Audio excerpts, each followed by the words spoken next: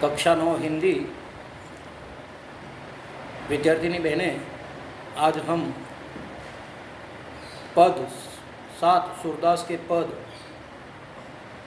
उसका अभ्यास करेंगे। सूरदास जी भगवान कृष्ण के अनन्य भक्त हैं। उनका जन्म दिल्ली के पास से ही नामक गाँव में हुआ था। तो दूसरे लोगों का मानना है कि उनका जन्म मथुरा के पास रुकना में हुआ था। उनके जन्म को लेकर विवाद चला था। उनके गुरु का नाम वल्लभाचार्य था और उनकी प्रेरणा से वे कृष्ण संबंधित लीलाओं के पद लिखते गए। यहाँ पर 2 पद दिए गए हैं। इनमें से पहले पद का भावार्थ है। वो कहते हैं कि मेरा मन इस पूरे संसार में कहाँ सुख पाता है। जैसे जहाज़ पर बैठा हुआ पंछी जहाज़ से उड़कर फिर जहाज़ पर लौटता है, उसी प्रकार मेरा मन भी सारी दिशाओं में घूमकर अंत में भगवान कृष्ण की शरण में आता है।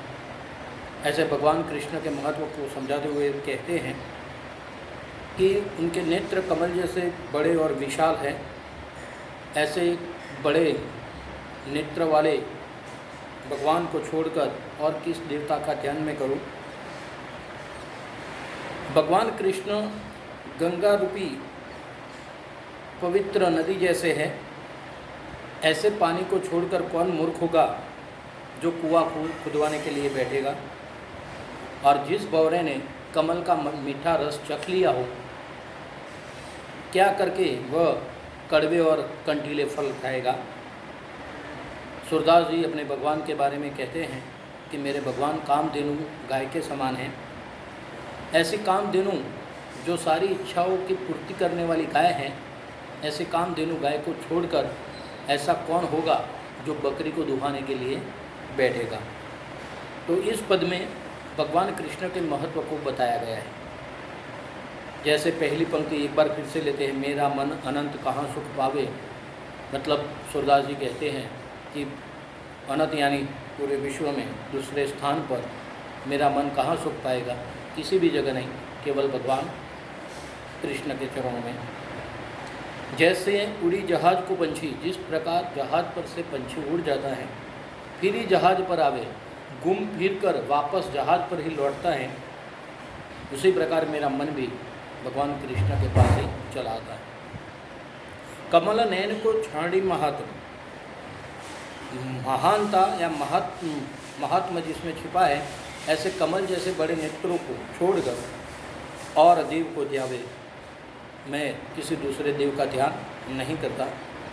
परम गंगा को छाड़ी, छाड़ी यानी छोड़ना, तो गंगा रूपी पवित्र जल को छोड़कर पियासो यानी प्यासा व्यक्ति, ऐसा दुर्मति यानी मूर्ख, ऐसा कौन सा मूर्ख होगा जो कुआं खुदवाने के लिए बैठेगा। जिहि मधुकर अंबुज रस चाख्यो, जिस भंवरे ने मधुकर यानी भंवरा, अंबुज यानी कमल का रस चख लिया हो, वह दूसरा यानी कड़वा रस क्यों चखेगा।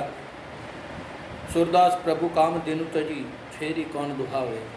ऐसे सूरदास जी कहते हैं कि कामधेनु को छोड़कर, भगवान कृष्ण को छोड़कर छेरी यानी बकरी को दुहाने के लिए कौन बैठेगा। मतलब और किसी दूसरे देवता का ध्यान क्यों धरेगा। तो ये पहले पद का भावार्थ था। दूसरे वीडियो में हम दूसरे पद का भावार्थ भेजेंगे। आप इस भावार्थ को अच्छी तरह से समझ लें और उससे परिचित प्रश्नों के उत्तर भी लिखते रहिए। धन्यवाद।